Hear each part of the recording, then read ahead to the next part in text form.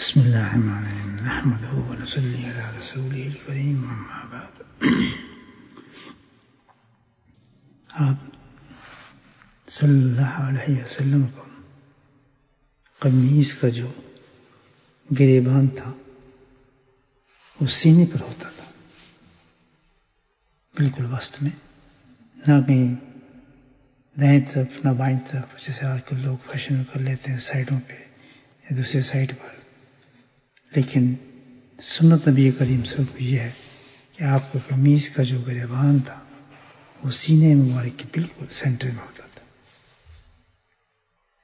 اور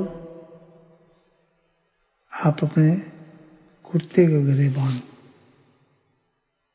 کھول لیا کرتے تھے، یعنی اکثر اوپر سے جو بٹن، جس ہم بٹن کہتے ہیں، وہ آپ سے ان کو کھلا ہوتا تھا اوپر سے. سینہ تھا صاف نظر آتا تھا، اس سے اوپر سے کھلا ہوتا تھا. آپ صلی اللہ علیہ وسلم کا سینہ مبارک صاف نظر آتا تھا، اور آپ اسی حالت میں نماز بھی پڑھ لیتے تھے. یہ نہیں کہ نماز کے لیے اس کو بند کرنا، کچھ نہیں، اسی حالت میں آپ نماز پڑھتے تھے. یہی آپ کی سنت تھا، طریقہ تھا. قرات بن ایاس فرماتے ہیں کہ آپ صلی اللہ علیہ وسلم کی خدمت میں حاضر ہوا تو میں نے دیکھا کہ آپ کے کرتے کا گریبان جو ہے وہ کھلا ہے اوپر سے.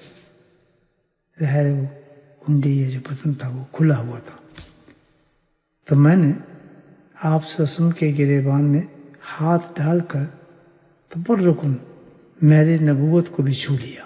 سبحان اللہ.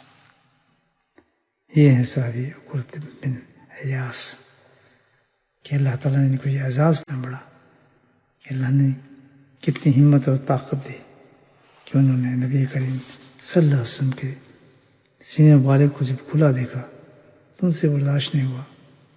انتہائی محبت اور عشق کا تقاضا دیکھیں آپ نے فوراً ہاتھ بڑھایا، گریبان میں ڈالا، اور آپ کی مہر نبوت کو، مہر جو تھی آپ کی نبوت کی، اس کو انہوں نے چھو لیا.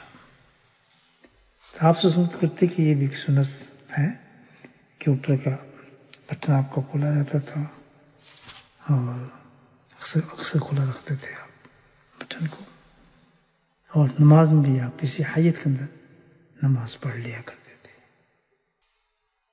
الحمدللہ اللہ سبحانہ تعالیٰ ہمیں نبی کریم صلی اللہ علیہ وسلم کی ہر سنت کو سیکھنے کا موقع بھی عطا فرمائے اور اس پہ عمل بھی نصیب فرمائے.